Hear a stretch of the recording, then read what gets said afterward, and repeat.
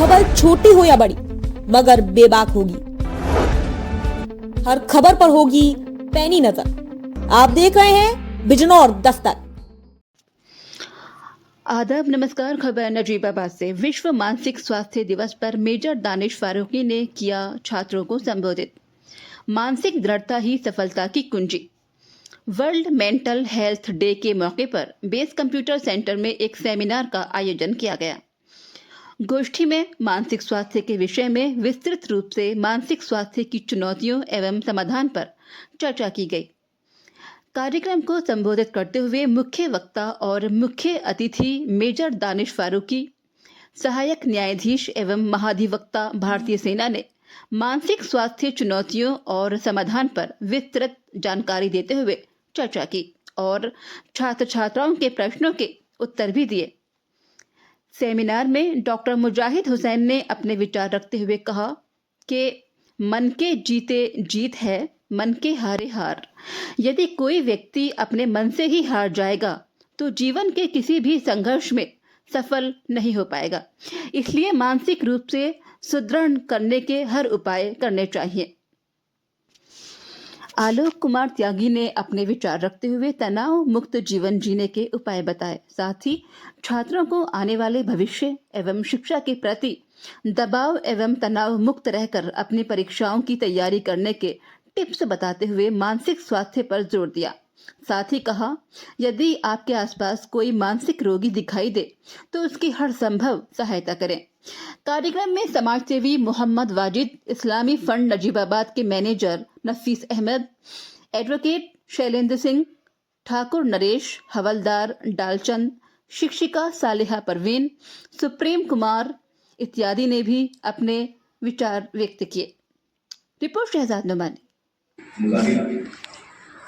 और प्यारे बच्चों, दुश्वारी की राहें गुजर जानता हूं मैं, आगाज से अंजाम का सफर जानता हूं मैं, और मुझको न प्यास की शिद्दत सताएगी, पत्थर निचोड़ने का हुनर जानता हूं।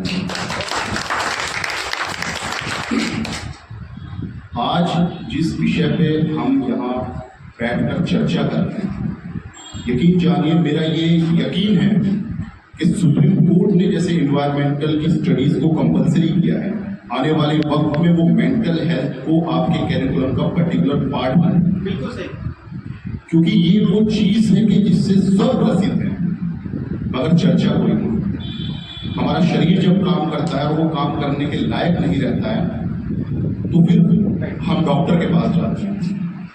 लेकिन जो मेंटल हेल्थ है इसको मन कहते हैं, मनोरोग। जब मन के अंदर कोई दिक्कत आती है तो हम लोग शर्म करते हैं, झिझकते हैं, बात नहीं करते। भारत का सर्वोच्च अवार्ड पाने वाले डॉक्टर एपीजे अब्दुल कलाम और भारत के प्रथम नागरिक बनने वाले और राष्ट्रपति जैसा पद में सुशोभित होने वाले, जब उन्होंने आर्मी के लिए एग्जाम दिया तो वो देहरादून गए और अपनी जिंदगी में पहली बार किसी एग्जाम में फेल हो गए और इतने डिप्रेशन में हो गए कि वो देहरादून से ऋषिकेश तक पैदल चले गए और वहां जाके एक आश्रम में गया और वहां के बाबा जी से कहा कि अब मुझे जो है वो बाबा बनना है, मेरे जीवन का कोई लक्ष्य नहीं है, मैं किसी लायक नहीं हूं। तो उन्होंने उनसे बात की, वो समझे उसकी मन की दशा को और मुझे पता चला कि बच्चे में बहुत टैलेंट है लेकिन अभी डिप्रेशन में। उन्होंने पूछा तुम्हारा अगला एग्जाम कौन सा? बोला साहब DRDO का, defence research and development organisation. जितने भी सेना के हथियार बनते हैं वो वही ऑर्गेनाइजेशन कि ठीक है काम करो, तुम पहले वो एग्जाम देके आओ और उसके बाद हम इस विषय में चर्चा करें। वो वहाँ एग्जाम में गया टॉप कर और टॉप करने के बाद वो वहीं पे साइंटिस्ट है, भारत को अग्नि जैसी मिसाइल दी और राष्ट्रपति बने और उनका फाइटर पायलट बनने का जो सपना था, क्योंकि राष्ट्रपति तीनों सेनाओं का अध्यक्ष होता है, उन्होंने फिर फाइटर जेट को बुलाया, उसको उड़ाया और अपने सपने को साकार किया। तो कहां पे डिप्रेशन और कहां अपने सपने को उन्होंने साबित किया। आप में से कितने लोगों ने हुसैन बोल्ट का नाम सुना है? वो दुनिया के सबसे बड़े धावक है, आज तक उनका किसी ने रिकॉर्ड नहीं तोड़ा।